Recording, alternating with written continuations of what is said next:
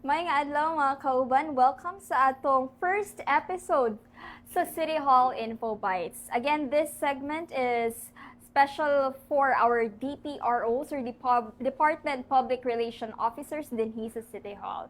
And kauban nato karon mga kauban, si Ma'am Al Tangkalagan. Walay lain, no? Siya ang ato ang secretary sa DPRO sa atong officers. And speaking of secretary, congratulations first Thank you. sa ato ang pagka-secretary, no? Nabala na to na if you go back nag-oath-taking ka mga kanasa ba to mamao? Mga December. I think December of last year, mga second week or first here, week. kita na to. Ay, ang katong election di ay ang December. Ah, Ang kaning oath taking is mga January or February of this year. Nag-start ko mga officers. Uban namong president, si Ma'am IC, City Mayor's Office, and si Sir Dean, among Vice President from HRMD, and of course, yours truly, si DRRMD. Yes. So, Mama Au, basin na kay gusto i-greet karon before kita musugod sa atong topic, no?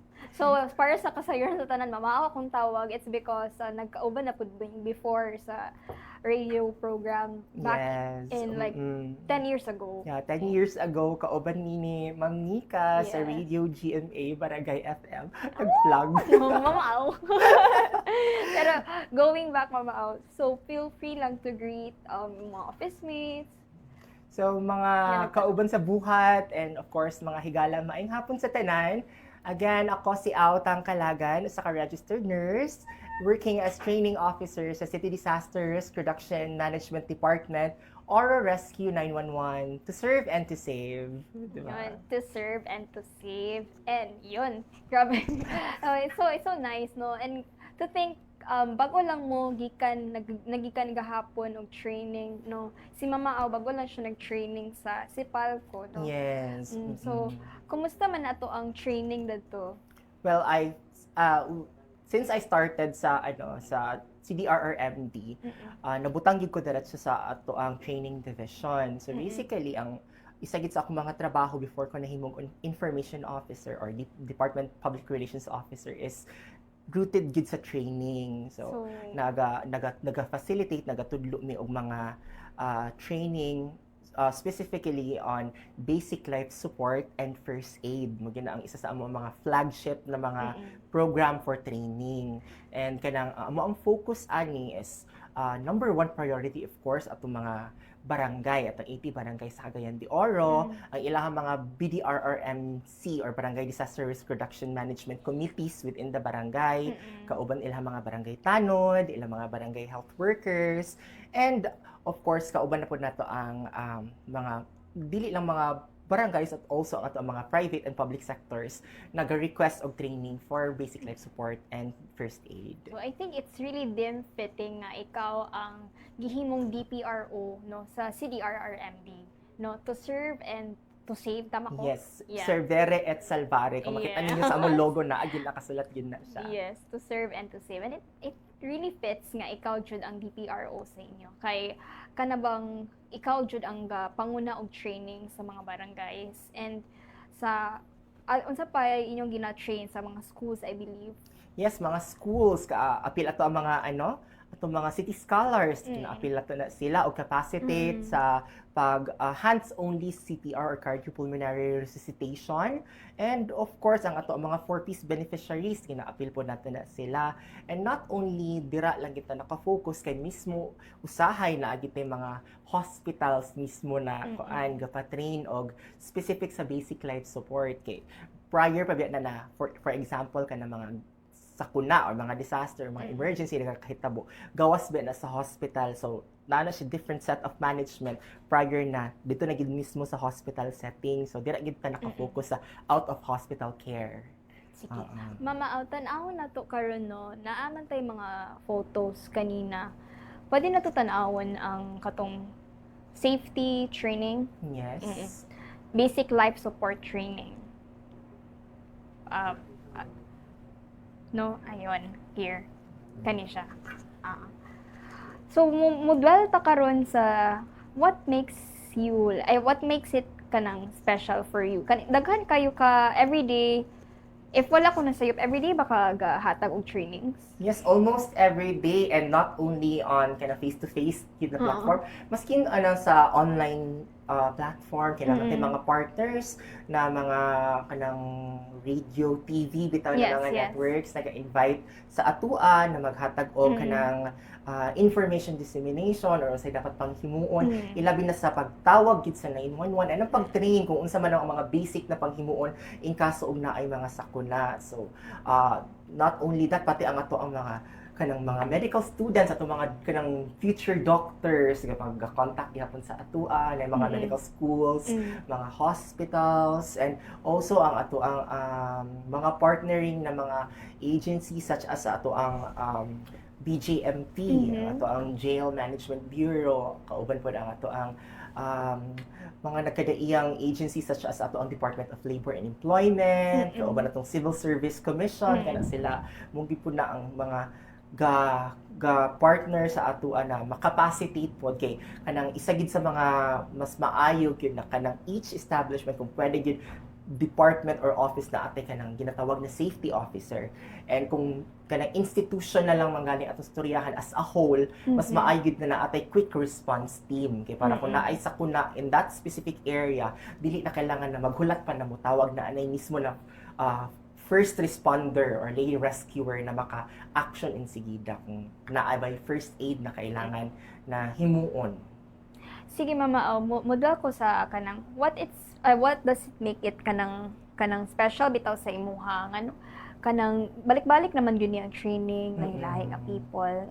Kanong special sa imuha? Kasi nakapa-special sa imuha ka mag-train ani nga mga different groups of people. Special siya in a way na tungod siguro kung asa ko nagsugod sa akong profession as a nurse.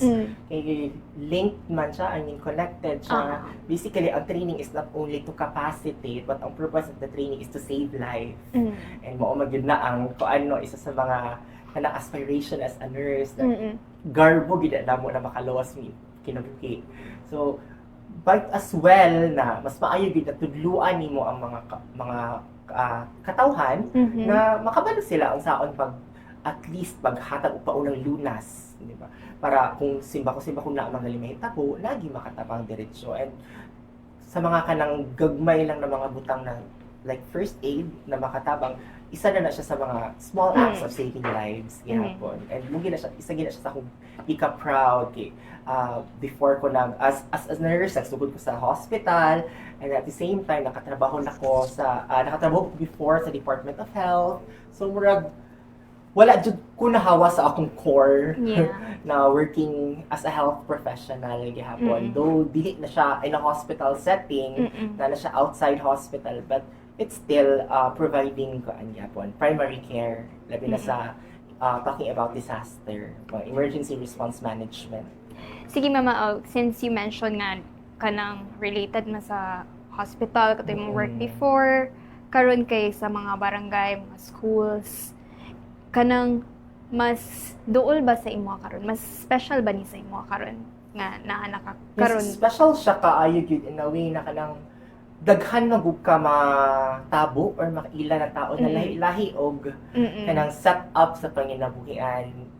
Specifically na lahi ang setting sa workplace, lahi ang setting sa community or sa barangay lang. Makit-an gid nimo ba na kanang naa ang tao na naay urgency or naay need na gusto willing to learn kay simba ko mahitabo na sa ilang simba ko palayo no, pwede na mahitabo sa ilang family member, at least sila mismo makatabang. So makit-an gid nimo sa ilahan na once na mag-train or mag-share ka og information, gapaminaw gid sila kay murag para sa ilaha naa siya importansya, unya na siya impact, na siya result if ever makabalo ko ani. And not only sa family lang, pati sa mga silingan, ako siya tabang.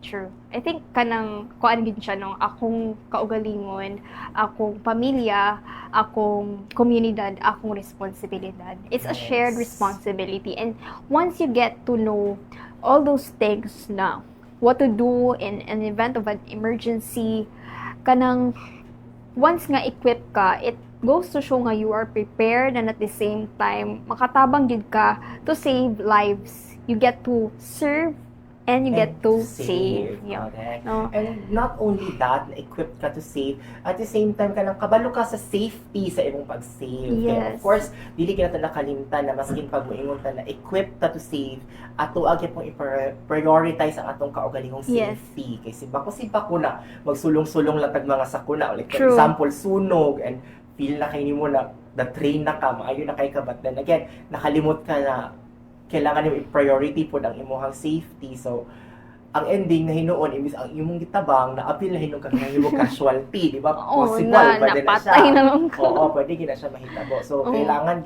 appeal gina sa tanan ng mga emergency action principle. Yes. Pinakauna gid sa tanan is safety. Check for safety lang sa inyo. Yes, ma'am. So, since ubay-ubay na itong na-discuss, no, kanang balik ta dito sa basic life support. Mhm. Kung ako lugar as a civilian, how do I avail of those trainings? Or dili gyud necessary civilian, for example, I belong to a group outside the government, to a private group. How do we avail of the trainings sa CDR? Kung ahensya pang galing ang mag-request or isa ka opisina, pwede ta mag-send og letter, tapos Mhm. mag-request og, for example, basic life support or first aid, tapos ipadala din sa among office diri sa City Hall compound, sa ground floor ni Legislative Building, na siya dira. And i-specify kung unsa na type of training. Like for example, si basic life support is a different training from first aid. Okay. So, ang basic life support is Mhm. nakafocus siya more on CPR, cardiopulmonary resuscitation, or ang pag-revive sa usa ka tawo na nawala ng pulso o pagginhawa. Mhm. Whereas si first aid, si standard first aid, is more Ana. on, yes, muna Yeah. siya kanang pagtudlo nato sa Check, call, cover, Oo. compress, connect. Yes, pagtudlo nato sa CPR or cardiopulmonary resuscitation. So tudluan nato kung asa ang sakto na area na Mhm. atong duot-duot na dughan para matabangan nato manually ang kasing-kasing na niundang Mhm. og function. Kaya Yes. kailangan gyud na manual mo function siya, at least makatabang siya na makadeliver og dugo sa Kani mga siya organs. kay baby. Yes, Lahi oo. ba ang ato So, ang- naatay lahi na mga Mm. protocol or mga pamaagi sa pag-salbar sa adult, sa Mhm. child, ug sa infant. Ah, So, munang okay. sa tanan prinsipyo, naagid siya safety. Mm. Kay dili man pasabot na kung unsa imong ma-apply na technique sa Mm. adult is same pud gihapon sa infant. Yeah, kay gamay man size siya. pa lang daan. Mm. Oo, and enforce basin kung dili di ka kabalo sa proper na pag-handle, basin hinuon maka-add na hinuon ka og more injury sa kanang isa ka pasyente or isa ka True. biktima. Dapat jud siya nga different pud. So sa letter kinahanglan jud naka-specify ma'am aw. Yes. If kanang para sa siya, para sa adults, para sa Pwede na basic life support kay basic. automatically kung basic life support, Mm. diretso gyud na mo itudlo ang tulo. Mm. Ang sa adult, ang sa infant, and ang sa PDR or sa bata. Mm. Whereas kung si standard first aid po is daghan-daghan gid ka sa matudloan na Mm. basically ang unsaon ang sakto na pagkarga or carries sa mga Mhm. pasyente, labi na kanang di makalakaw ang pasyente. Unsa ba dapat ang Oo. ang kuan ang Natin mga technique yung ginatudloan ng Oo. mga 1-man carry, 2-man carry, Okay. natin mga klase-klase ng technique sa pagsakwat sa pasyente na dili makadugang og injury. Labi na kung napalian ang tiil. Napali na din, so, Oo, kung dili insakto ba? Ay ina na siya oh. Oo, Kani kana siya. carries, for example.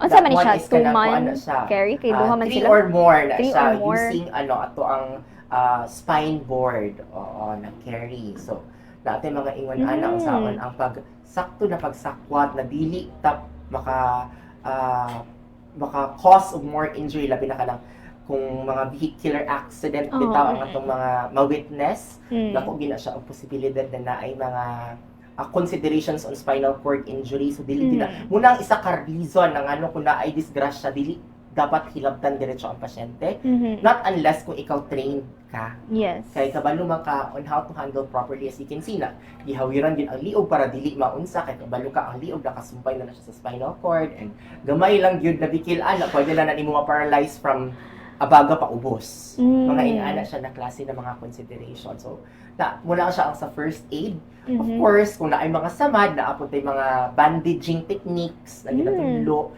para kanang dili mo samot ang pag-bleed, makontrol ang Yes. bleeding, i-compress, and naapot ay mga splinting, kanang mga tiang na i-immobilize para Yes. nakamulong kanang transport from area, for example, sa barangay Padulong Hospital, dili mo kasibog ang isa ka area na na-injure, na ating mga ingana ng mga training sa first aid. So daghan gyud siya no. Duha pa lang daghan na siya ka basic training na amo ang ginahatag. Kaya naapatay mga water rescue, napatay mga mountain rescue, Wow. napatay collapse structure search and rescue. Daghan ka ayo tag training actually. Sige mama, bumalik ko sa imo. Si pinaka-memorable nimo nga kanang sa pag-rescue. So far kanang gyud kanang in actual na rescues dili magibaski pag mga medical practitioners no makuratan man gyud ta ay labi na kami. Makuratan gyud labi na kung chaotic kay ang area kanang gubot na kanang isa man gusto makagubot is dili lang ang nadisgrasya but pati ang mga tao na nagkaguliyang around the area. Oh yeah. And ang kailangan nimo i-control is dili lang ang disgrasya but also ang tao na nagkaguliyang. So duha gid mo kailangan i-control. So sometimes kanang medyo mugi na siya ang pag-abot, ang medyo kanang murag naagi stressing na situation, but then once na makontrol na nimo, tuloy-tuloy naman dayon na. Pero mugi ta siya lagi uban ana na kanang dili maiwasan na imbes nagtan-aw lang sa kilid nakuyapan na hinon kinakakitag dugo so naapil nadugangan na hinon ng pasyente kanang mga ingon ana ng mga klase ng mga sitwasyon.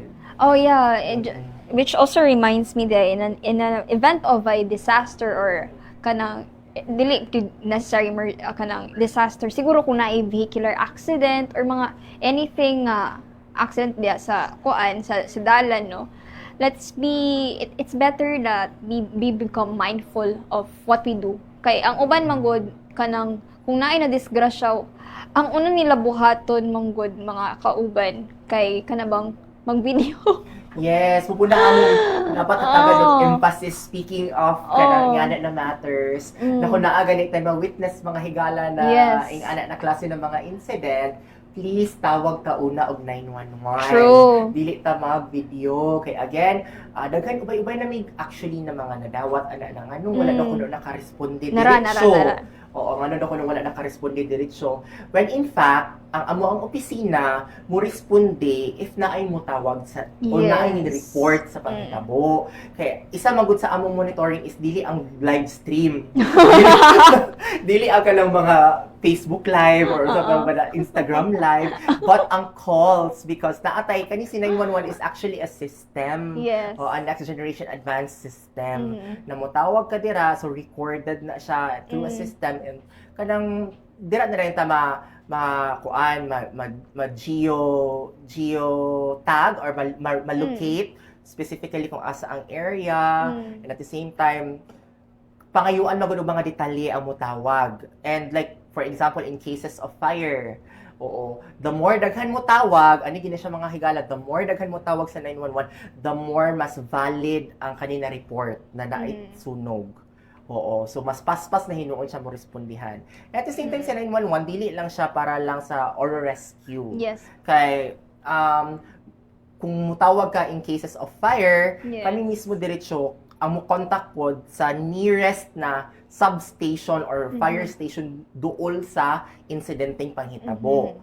At the same time, kung mga criminalities pod, naapod may direct contact sa pinakaduol na police station na angay na mo responde. So, kaning 911, Mama Au, libre ba ni siya? If, for example, kanang makita kung kalabay ko nga na inabanggaan.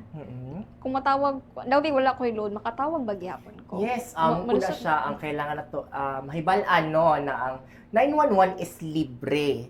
Pwede ka mo tawag sa atong 911, tulura gid. Swerte kita actually kay ang ato ang local government unit kay nag-procure kay sistema gud ni siya so gipalit gid ni siya na sistema. And geofenced system ni siya. Subot pasabot ani ang 911 matawagan siya within the 80 barangays of Cagayan de Oro na for free.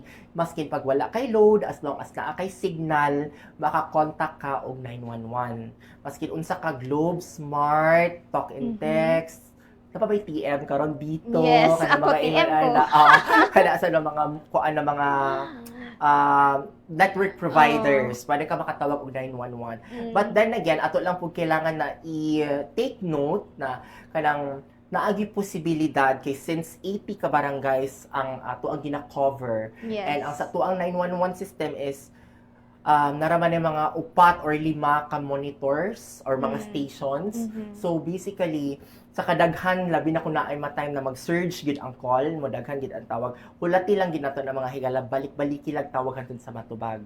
Kaya ang ato magong per station mo kuan na siya, makadawat na siya maximum of 8 ka calls together. But kung kinsa ang una ni sulod mo ay matubag. So ang all other 7 calls is waiting. So kung like same sa kuan lagi siya actually sa mga network providers kung tawag ka ni Globe customer service, ni Yes, smart yes. customer service na muhulat ka na naay service representative na makatubag sa imuha. Same na siya na system. It just so happen na kailangan na gid og urgency kay emergency biya siya 911. But mas maayo gid na kanang balik-baliki lang og tawag kay mo po na ang murag usual na kanang madawatan namo na concern sa atong mga higala na dili na kuno kakatubag ilang tawag. Yes. May it bina nahitabo lang gid siguro na ato na time dili ikaw ang or dili mo ang number ang pinakauna na nisulod sa linya. So naka sa waiting list and naramang pila ka cycles of ring maputol na rin ang tawag. So kung ingana na mga tendencies na naputol wala pa ka natubag, tawag lang again. And I think that dire siya ma-fall no ang importance sa mga trainings. Yes. Kaya just in case dili kato mga inana instances nga dili dayon diretso matubag. At least kung train individual ang naa sa panimalay, they could just perform initial nga CPR or kanang unsa bay tawag ana mamao CPR kanang other CPR lang yun. CPR known sakto as ba ko? CPR na kita Sakto siya. ko? Oo. Sakto ko. Oo. So inana siya kanang I think mo na siya nganong significant kaayo no ang trainings kay para mismo kung ikaw nasa yung balay or asa ba naitabo ang kanang emergency at least na initial CPR og ang katong moabot na rescue team rather mag ano na lang dayon sila na magtiwas para proper ang Na madala sa hospital na bala. Sa proper Tambalan, pod na Tambalanan. system ang ilahang na kuan. Yes. Actually, next isa gina siya sa goal Yes. not only sa ato ang kanang LGU no sa specifically sa Oro Rescue. Isa na siya sa goal sa ato ang national na level sa Department of Health. Yes. Na isa na siya under sa programa na Healthy Pilipinas na at least na ay isa ka miyembro sa household Yes. makabalo og CPR. That is why during or kada Sabado during sa atong KSB nagahatag ni og libre na orientation sa hands-on CPR. So daghan gyud ang atong mga usually ang gaduol ana is ato ang mga tanod, mga barangay health workers, ato mga city scholars, ang ato ang mga 4Ps beneficiaries. Yes. But abri na siya sa tanan. So, So pwede sa mga anyone na gusto na mahatagan og orientation or kahibalo unsaon kay ipa-demonstrate man pud sila after sa pagtudlo, ipa-return demonstration pud sila Wow. para makabalo pud sila kay gadala gid pud may mga dummies na mga mapraktisan nila. Oo, so kada Sabado gina siya kung ahata na barangay gaadto didto pod open pod mi ana na mo hatag ana na serbisyo na kuan. And if pumangayo sila og certificate na na-orient sila for CPR, pwede pod kaayo sila mo request ana. Kay naa man tay attendance during ana na pag-conduct sa serbisyo. So basically, ma-record pod sa ato ang system sa opisina. So Oo. pila ba ni ka hours example where if i-conduct ang training diri sa City Hall? Pila man ka hours equivalent ang training hours? Wala siya ma-fall. Akong orientation lang, Oo. kuan siya, 4 hours lang. But if katong, naman ka ginatawag na sa hands-only CPR orientation, which is ang pinakadugay, upat lang gid ka oras. But if moingon na kaog ka ng training na kailangan na og accumulated hours, natay ginatawag na basic life support na standard training, good for 2 days.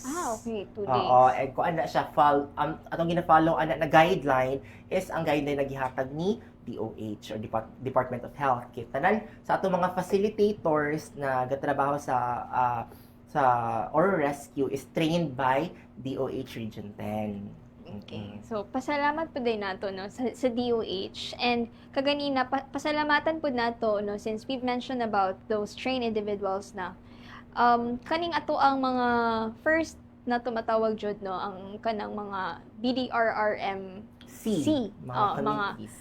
rescue groups sa ato ang mga barangays no, especially kay ang kaning mga barangay manggod ang pinakaduol jud na naa sa ila katong yung mga Yes. barangay rescue teams no. Yes. So naagi na sila pod no 24/7 I Oo. believe no sila. So pasalamatan nato ato ang mga BDRRMD, and of course ang ato ang mga trained individuals pod, I mean ang Yeah. CDRMMD na nag-train pod ani nga atong mga BDRRMD, and of course atong mga city scholars and everyone nga kanabang na involved pod sa training.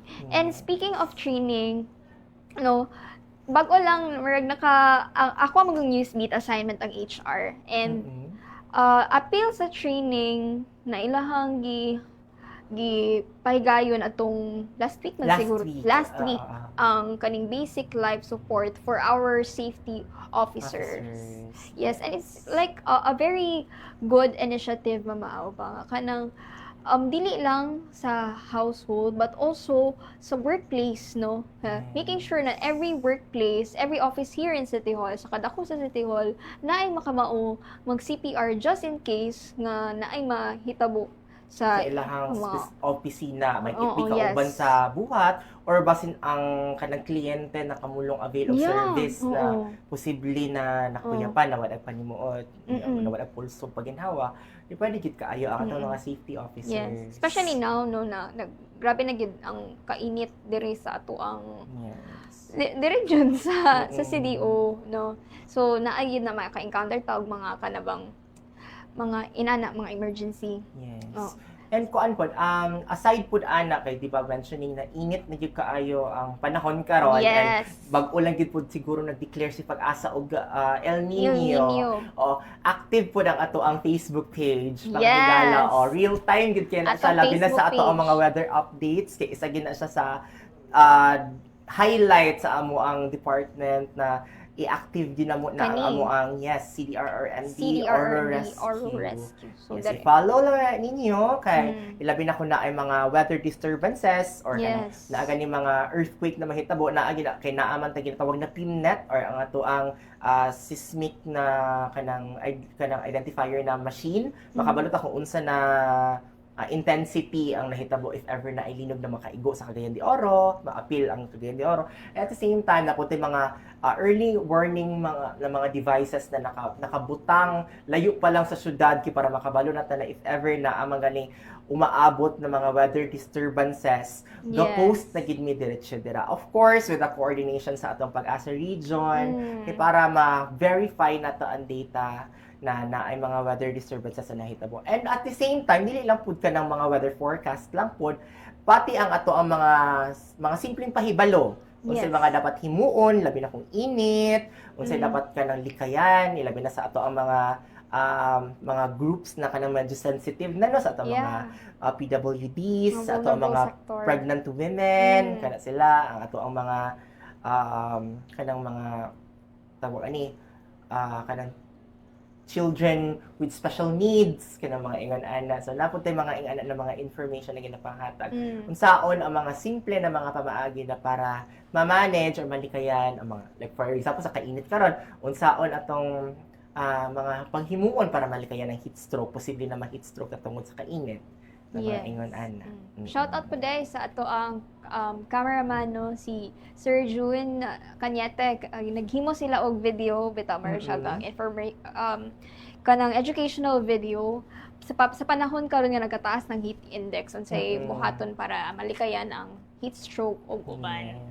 Shout out sa atong team. Yes, daghan po kaayo ka na kung unsa ka-active ang amo ang Facebook page, ayo po ninyo kalimti o visit ang Facebook page sa ato ang City Information Office sa Cagayan de Oro kay active pud kaayo na sila when it comes to public information, ilabi na sa mga ingana mga gagmay na mga pahibalo sa mga dapat panghimanguon inkaso og naay mga sakuna. And of course, dili lang pud kana together with City Information Office naka-post pud ta sa ato ang mga real real time na mga posting sa mga pagresponde. Yes. So basically kung naa gani mga ginatawag sa 911, naa gyud tay mga kauban ng mga documenter ana for kung ano pod for safety reasons na pod as well.